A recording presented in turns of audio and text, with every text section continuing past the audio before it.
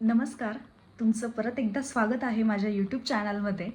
आणि आज मी तुम्हाला काही स्वामी अनुभव शेअर करणार आहे. तुम्हाला सांगणार आहे की माझ्यासोबत स्वामींचे काय काय अनुभव घडले आहेत.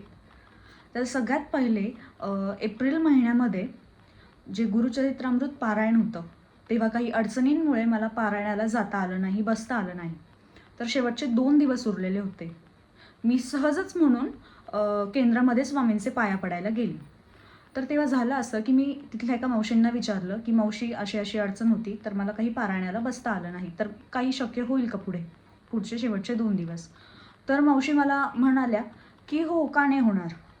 शेवटचे 2 दिवस तू स्वामींची सेवा करू शकते, अगदी मनापासून करू शकते." आणि तेव्हा झालं असं, की तेव्हा मला स्वामींच्या गाभाऱ्यामध्ये, स्वामींच्या जवळ बसून मला स्वामींची सेवा करता आली. इतका सुंदर अनुभव होता ना तो, की मी तुम्हाला व्यक्त पण नाही करू शकत आहे. इतकं मला छान वाटत होतं आणि तेवढे जे 2 दिवस होते ना, मी इतका भरभरून स्वामींची सेवा केली. इतकी म्हणजे इतकी ना, की विचारूच नका. मला खूप जास्त छान वाटलं. खूप लोकं असं म्हणतात, की स्वामींची प्रचिती येत नाही किंवा स्वामी दिसत नाही, तर असं काहीच नाही आहे. तुम्ही जेवढी स्वामींची सेवा करणार किंवा कोणत्याही देवाची सेवा करणार ना, तेवढंच तुम्हाला त्या देवांचं प्रत्यक्षात दर्शन होईल. आणि माझ्यासोबत खूप वेळा असं घडलेलं आहे. आणि अजून एक तुम्हाला अनुभव सांगते. पारायणाला बसण्याच्या आधी मला ना खूप वेळा स्वामींची अशी प्रचिती होत होती. स्वामी मला सारखे दिसायचे. रिक्षावर, कोणत्या पण गाडीवर, कुठे पण गेले तरी मला स्वामी दिसायचे. तर याचं सोल्युशन मी काय काढलं, मी त्या मावशींना विचारलं, की "माझ्यासोबत असं का घडतंय?" तर त्या मला बोलल्या, की "तू एकदा शेवटचे जे 2 दिवस उरलेले आहेत ना, त्या 2 दिवसामध्ये तू स्वामी सेवा कर आणि तुझ्या सगळ्या ज्या चिंता आहेत, तुझं जे काही अडचणी आहेत, त्या सगळ्या मोकळ्या होतील. आणि स्वामींची जी प्रचिती तुला सारखी-सारखी येते, तर ती का येते आहे ते पण तुला सांगते." तर त्या असं म्हणाल्या, की "तू खूप दिवसापासून केंद्रात आलेली नाही आहे. स्वामींची सेवा तुझ्याकडनं राहिलेली आहे आणि त्यांना तुझ्याकडनं सेवा करून घ्यायची आहे. म्हणून ते तुला सारखी प्रचिती देत आहेत." तर अशा या कारणांमुळे मला शेवटचे जे 2 दिवस होते पारायणाचे, ते मला करता आले. ते फक्त आणि फक्त स्वामींच्या इच्छेमुळे हे सगळं माझ्या हातून घडत गेलं. आणि खूप वेळा असं झालेलं आहे ना, याआधी पण मी माझ्या आईकडे होते, तेव्हा आमच्या तिथलं जे केंद्र होतं, तर तिथे दर शनिवारी अ, त्र्यंबकेश्वरला आपल्याकडून जी काही सेवा असते ती तिथपर्यंत पोहोचते. तर त्यांनी माझ्याकडे पिठाचा गोळा दिला, सॉरी, पीठ दिलं होतं, गव्हाचं पीठ होतं. तर ते बोलले, की "हे गव्हाचं पीठ घ्या." आणि प्रत्येकाला दिलं होतं ते त्यांनी. तर ह्या पिठाच्या पोळ्या करून आणा. तर जेव्हा मी पहिली पोळी केली, तेव्हा अक्षरशः माझ्या मम्मीला आणि मला तिथे स्वामींची प्रचिती झाली. म्हणजे स्वामींचं जे काही चित्र होतं, ते त्या पोळीवर उमटलं. तर इतके सारे अनुभव आहेत ना स्वामींचे. आणि त्याच्या आधी पण अजून एक गोष्ट सांगते. त्याच्या आधीची पण एक गोष्ट आहे. काही 1-1.5 वर्षापूर्वी ना, असं मला खूप स्ट्रेसफुल झालेलं होतं. म्हणजे मी काही काही करायला गेले, तर मला असं टेन्शन यायचं, की ती गोष्ट माझ्याकडनं होईल की नाही होणार. पण मी तुम्हाला खरंच एक सांगते, मी स्वामींसाठी ना मी काय केलं, मला पेपर क्विलिंग येतं.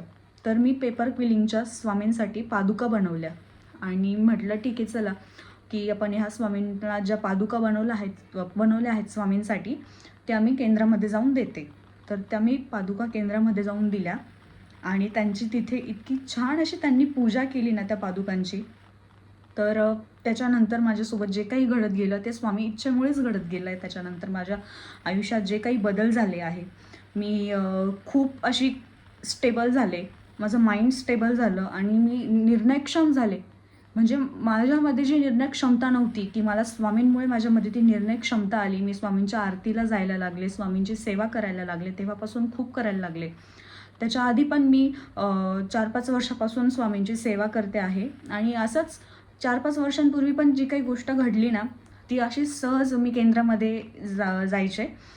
तेव्हा मला काही एवढं कळत नव्हतं किंवा अनुभव नव्हता मला स्वामींचा.